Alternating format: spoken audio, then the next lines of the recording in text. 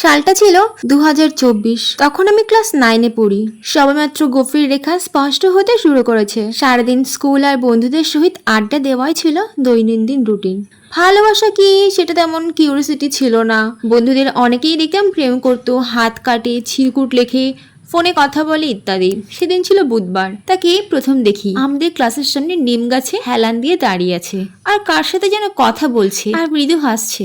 আমি লক্ষ্য করলাম হাসলে ওর বাম গালে একটা সুন্দর টোল পড়ে, যা আমাকে ওই দিন খুব মুগ্ধ করেছিল। তারপর থেকেই যতই দিন যেতে থাকে আমার ততই মেয়েটাকে ভালো লাগতে শুরু করে। কথাটা আমি আমার সবচেয়ে কাছের বন্ধু বিহানকে জানাই। বিলাস হয়তো ক্লাসের কার সাথে কথাটা শেয়ার করে। আর পরে বিশেষ করে আমার আশরাফ চাচার গার্লফ্রেন্ড, অর্থাৎ যাকে আমি স্যার ম্যাডামদের সামনে চাচি ডাকতাম, আমাকে বলছে যে পছন্দ করো, বলো না কেন। আমি তখন বললাম বলবো কিভাবে, মেয়েটা তো 6-এ পড়ে, যদি স্যারের কাছে বিচার চায়।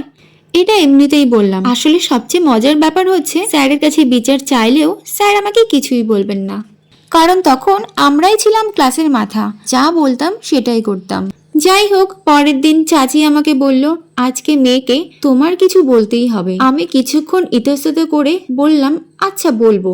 চাচি মেয়েকে আমাদের ক্লাসের উত্তর দিকের জানালায় এনে দাঁড় করালো। ঈশান তোমায় কিছু বলতে চায়। আর চাচি বলল এবার বলো, আমি পাশেই আছি। কি বলবো বুঝছিলাম না। ওইদিকে মেয়েটা বারবার জিজ্ঞেস করছে কি বলবেন বলুন না।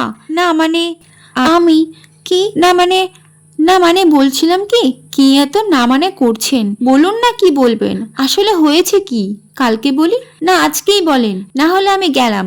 এই শোনো, আমি না তোমাকে পছন্দ করি। একদম চোখ বন্ধ করে ফেললাম, বলেই সেখান থেকে চলে আসলাম। কিছুক্ষণ পর এই যে শুনছেন, তাকিয়ে দেখি ওই মেয়েটা। আপনি তো অনেক সুন্দর গান করেন। আমি সুন্দর গান করি? কে বলেছে তোমায়? কেউ বলেনি, আমি দেখেছি। ওই যে সেদিন স্যারের কাছে আপনাদের ক্লাসে গানের প্র্যাকটিস করছিলেন। ও আচ্ছা, সেদিন জানি। কি বলছিলেন শুনতে পাওনি? হ্যাঁ শুনেছি তো। তো উত্তরটা কি?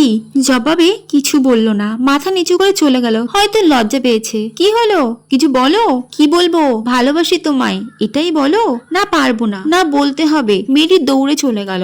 বহু কষ্টে মেয়ের ফুফুর ফোন নাম্বার জোগাড় করলাম, কিন্তু এখন ফোন করব কি দিয়ে? আমার কাছে তো ফোন নেই, কিন্তু বাসার ফোন দিয়ে তো কথা বলা যাবে না। কয়েকদিন পর সে আমাকে পছন্দ করে বলছে, কিন্তু কথা খুব কম হতো, কারণ ওই স্কুলে ওর খালাতো বোন পড়তো। তারপর একটা ফোন কিনলাম শুধু ওর সাথে কথা বলার জন্য। সম্পর্কটা বেশ ভালোই ছিল, কিন্তু ফোনেও কথা বলার সমস্যা। ওর সাথে প্রথম আমার ফোনে কথা হয়েছিল 37 সেকেন্ড, পরে আরেকদিন কথা হলো 55 সেকেন্ড। এই 2 দিন প্রতিদিন স্কুল ছুটির পর তাকে বলে আসতাম যাচ্ছি, সেও আমাকে বলেই যেত।